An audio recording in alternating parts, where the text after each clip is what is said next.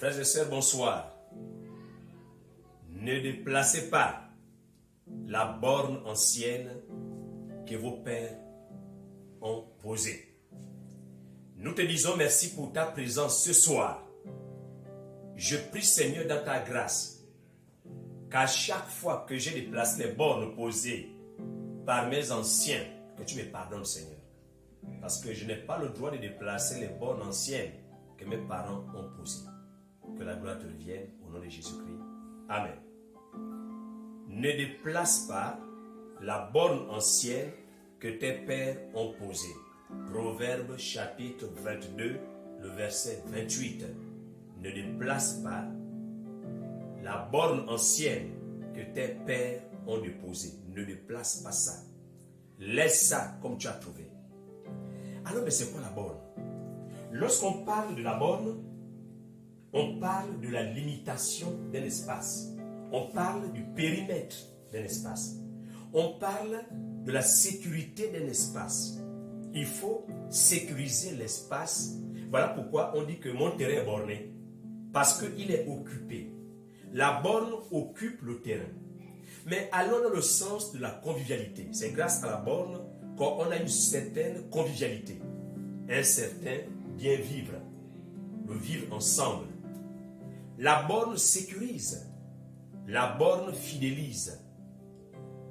La borne donne de l'intérêt à la surface. Alors, ceux qui ont placé la borne ont placé cette borne avec une certaine énergie. Et il y en a même d'autres personnes. J'ai demandé à mon grand-père qui avait créé un village là-bas chez nous. Il dit que pour créer un village, on ne le crée pas n'importe comment. Maintenant, nous qui venons habiter dans ce village, on doit respecter ce que le grand-père, ce que le créateur du village a dit. Quand il nous dit qu'on ne traverse pas ces ruisseaux pour aller de l'autre côté, on doit respecter. Mais aujourd'hui, tout est sens dessus, tout est sens dessous, dessous. Ce qu'on dit de ne pas faire, c'est ce qu'on fait. Vous savez que quand vous déplacez la borne, il faut maintenant être fort dans ce qu'on appelle le combat spirituel. C'est-à-dire que vous aurez affaire dans la spiritualité à celui-là qui a placé la borne. Les morts ne sont pas morts, ils sont avec nous. Dans la théologie africaine, nous avons des similitudes avec la théologie occidentale hébraïque. On a des similitudes. Jésus-Christ lui-même dit dans Jean chapitre 11 que quand vous croyez en moi, vous ne mourrez pas. Celui qui croit en moi ne mourra pas. C'est que si je crois en Jésus-Christ, je suis vivant. Quoi que je sois mort, je suis vivant. Et lors de la transfiguration, vous avez vu comment Moïse arrive, comment Élie, ainsi de suite. Quand Jésus se transfigure, ceux qui viennent là étaient déjà morts, mais ils reviennent, ils sont vivants, ils sont quelque part. Et la Bible dit qu'on ne va pas dévancer ceux qui sont morts. Ils sortiront de leur tombe. Et l'apôtre Paul, dans 2 Corinthiens au chapitre 12, à partir du verset 1 jusqu'au verset 5, il parle du troisième ciel. Donc, il a entendu des voix ineffables. Ne déplace pas la borne ancienne que tes pères ont posée. Ne la déplace pas. Laisse-la comme elle est. Si tu la déplaces, tu auras affaire à tout le génie qui garde ces bornes. Si tu la déplaces, tu auras affaire à toute la conscience du village. Si tu la déplaces, mais tu auras affaire au tonnerre et à la foudre des esprits qui gardent ces bornes-là. C'est une sécurité pour toute une communauté. C'est une sécurité pour une famille. La dernière fois, je partais rendre visite à mon papa lorsqu'il était malade, en 1986. C'était quelque part dans notre pays. Et là-bas, la borne était qu'il ne fallait pas sortir en vampire. Parce qu'il y avait le Njoli qui était là-bas. Il ne faut pas sortir en vampire. L'esprit qui est là-bas ne permet pas que les gens sortent en vampire.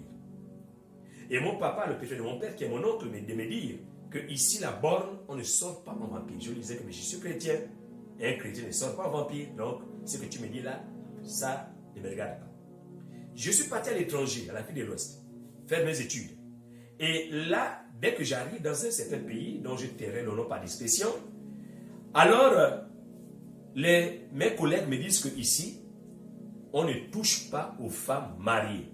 Tout, sauf toucher à une femme qui est mariée. je leur disais que là encore, j'étais chrétien et que je n'avais pas besoin de toucher à une femme mariée parce qu'à l'époque, j'étais marié, parce qu'à 30 ans, j'étais déjà marié. Donc, j'avais déjà ma femme. Je suis venu partir faire, je suis allé faire les stages de perfectionnement. Donc, dans une certaine université. Mais j'étais déjà marié à l'époque. Frères et sœurs, ne déplacez pas les bornes, s'il vous plaît. Les bornes anciennes que les parents ont posées nous sécurisent. Les bornes anciennes que les parents ont posées sont nos repères. S'il vous plaît, ne les déplacez pas. Vous voyez qu'aujourd'hui, les jeunes n'ont plus de repères parce qu'on a tout déplacé. On a enlevé tout ce que les papas ont mis, tout ce que les grands-parents ont mis, sous le nom de la modernité. Non, modernité ne rime pas avec désordre. Quand tu parles de la modernité et que c'est le désordre, ça c'est pas bien. Modernité ne rime pas avec la malédiction. Avant de terminer, je vais vous lire un verset dans le livre des Romains et vous allez voir comment l'apôtre Paul qualifie tous ceux-là qui ont déplacé les bornes. Je vais commencer dans Romains chapitre 1 à partir du verset 21. Je fais la lecture. Puisque, ayant connu Dieu, ils ne l'ont point glorifié comme Dieu et ne lui ont point rendu grâce, mais ils se sont égarés dans leurs pensées et leur cœur sans intelligence a été plongé dans les ténèbres. Se vantant d'être sages, ils sont devenus fous. Se vantant d'être sages, ils sont devenus fous. Et ils ont changé la gloire du Dieu incorruptible en image représentant l'homme corruptible, les oiseaux, les quadrupèdes et les reptiles. C'est pourquoi Dieu les a livrés à l'impureté selon les convoitises de leur cœur, en sorte qu'ils déshonorent eux-mêmes leur propre corps. Eux qui ont changé la vérité de Dieu en mensonge, ils ont changé la vérité de Dieu en mensonge. Frères et sœurs, quand quelque chose est noir, dites que c'est noir. Quand quelqu'un a tort, dites qu'il a tort. Regardez, dans la justice, il y a l'équilibre. C'est-à-dire que le jour qu'on me condamne, je serai même en joie d'aller parce que j'ai fait le mal. Je vais dire, ah, vous avez raison. Mais quand je rechigne, quand je boude et vous me condamnez, quelque chose, il n'y a pas d'équilibre. Il y a un côté qui a penché, l'autre s'est soulevé, l'autre est devenu en bas. Parce que la justice, c'est l'équilibre. Quand il n'y a pas d'équilibre, il n'y a plus de justice.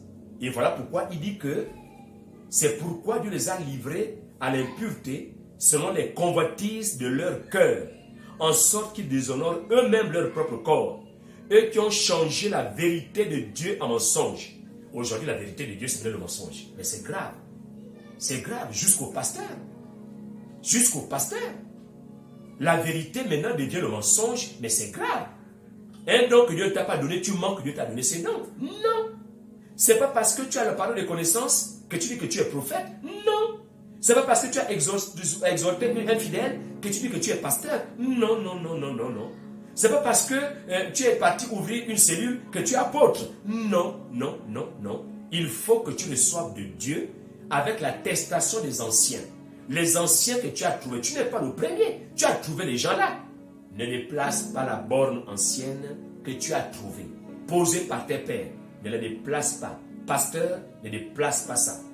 Fidèle, ne déplace pas. Apôtre, prophète, ne déplacez pas la borne ancienne que vos parents ont posée. Et même vous, même les gouvernants aussi, ne déplacez pas la borne que vos parents ont posée. C'est la sécurité. C'est ça qui nous fidélise. C'est notre patrimoine. C'est ça le vivre ensemble. C'est la convivialité. Et la Bible continue, il dit, c'est pourquoi Dieu les a livrés à des passions infâmes, car leurs femmes ont changé l'usage naturel en celui qui est contre nature. Et de même, les hommes abandonnent l'usage naturel de la femme, se sont enflammés dans leurs désirs les uns pour les autres, commettant homme avec homme les choses infâmes et recevant en eux-mêmes le salaire que mérite leur également. C'est bien beau. On est sous le nom de la liberté. On laisse l'usage de la femme, on va homme avec homme. Mais regarde, là tu es déjà livré à l'ignominie, à la honte. Déjà tu n'aurais même pas, tu ne vas pas procréer. C'est-à-dire que sur cette terre, quand tu es arrivé, Peut-être on ne t'a pas expliqué, mais tu as une mission. L'une des missions, c'est vivre, c'est vrai. Mais l'une des missions, c'est la procréation. Parce que quand Dieu amène la femme à côté de l'homme, l'une des missions, au-delà de la réjouissance sexuelle, physique, sociale, ainsi de suite, il faut procréer, il faut faire des enfants.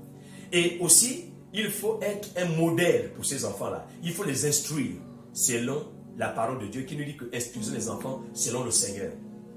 Ne déplace pas la borne ancienne laissée par les anciens. S'il te plaît, laisse la borne là où elle est. Que Dieu vous bénisse.